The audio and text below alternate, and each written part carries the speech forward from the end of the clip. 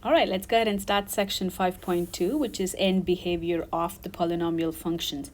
Today's learning objective is to identify the power and polynomial functions, identify a graph, identify if a graph is a polynomial function, and determine end behavior.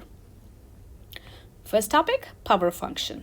Let's go ahead and take a look at what a power function is. Again, I want you to read this, pause the video, read it, and then come back.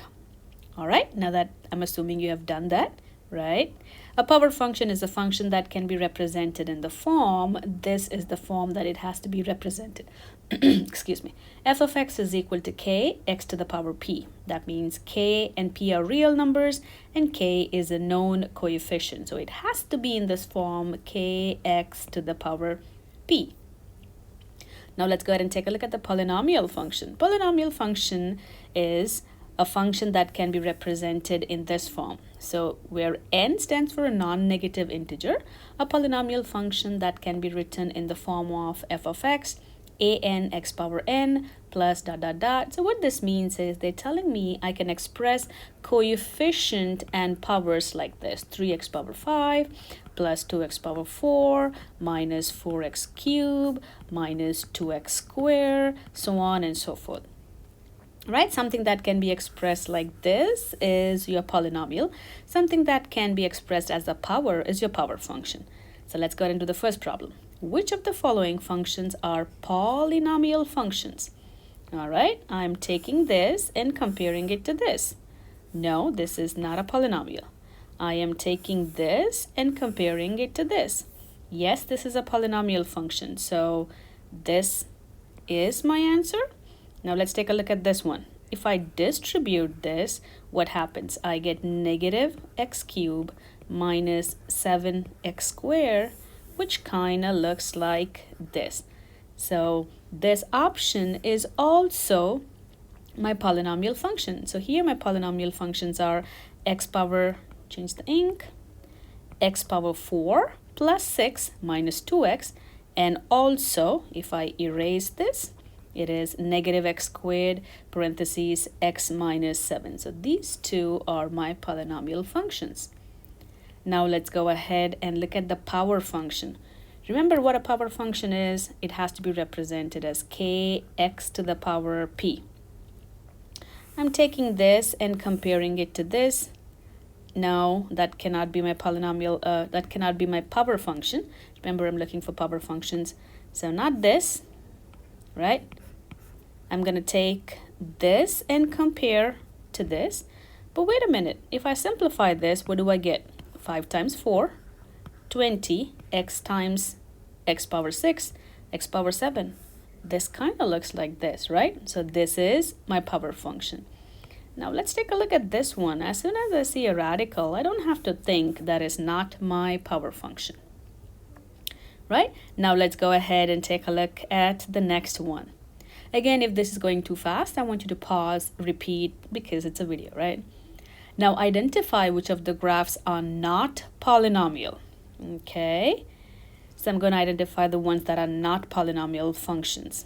Looking at the graph, again, this is a function, this is a graph of a rational function, so that's not polynomial, right? No. And this is a graph of absolute value. So again, this is not a polynomial. And this is a graph of parabola. So this is not a polynomial. Oh, wait a minute. This is actually a polynomial function because this is a square, x squared function, and I can represent this as x squared plus 2x minus 3, right? So this can be a polynomial function. Let me use a different color for polynomial functions, right? This can be a polynomial function, and this is a polynomial function. So my polynomial functions are this and this. All right, now let's go ahead and take a look at the next one. Determine the end behavior. Determine the end behavior. So what they're asking you is, let me see if I can open up my Desmos. So here my graph is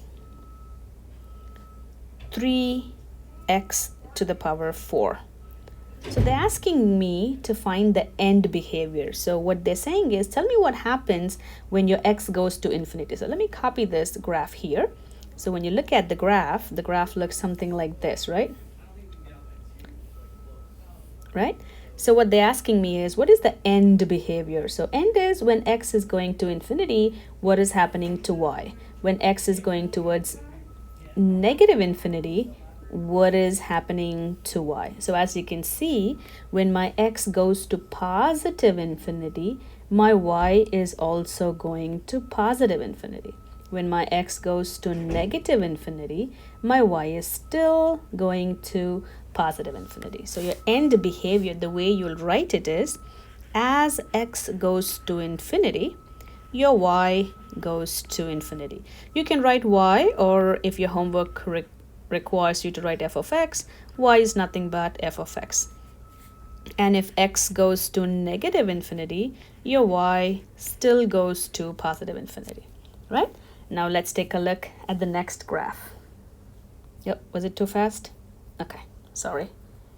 All right, pausing for a second, and then I'm going back. Determine the end behavior. Again, this is going to be the graph of x to the power negative 7. So I want you all to graph that in your Desmos. The graph is going to look something like this, right? And I'm looking at the end behavior. So what is happening when x is going to infinity? Look what's happening to y. Y is going to negative. When x goes to negative infinity, my y is going to positive infinity. So again, I want you to take a look. So as x goes to positive infinity, my function f of x is going to negative infinity. As x goes to negative infinity, right, my y is going to, f of x is going to positive infinity. Again, keep in mind, these keep changing depending on your graph. So I highly recommend graphing this in your Desmos first and then looking at the end behavior. Now let's go ahead and take a look at the next one. This is again odd function. So this is a rough estimate of how the graph is going to look. Something like this. And now I can see as x is going to positive infinity. I apologize for the sound in the back. There's construction always going on at Northwest Campus, yeah? As x is going to positive infinity, y is going to positive infinity. As x is going to negative infinity, your y is going to negative infinity. So that's how you're going to write it. X is going to positive infinity. Y or f of x goes to infinity. X goes to negative infinity. Your y is going to negative infinity. Fair enough? All right, let's move on to the next one, which is negative 2x to the power 6. This graph looks something like this. Maybe something like this. Okay? Now what's happening? As x is going to infinity, look what's happening to y. Y is going down. As x goes to negative, y is still going down. So when x goes to positive infinity, x goes to negative infinity, your y still goes to negative. Again, it could be y or it could be f of x because your y is nothing but your f of x.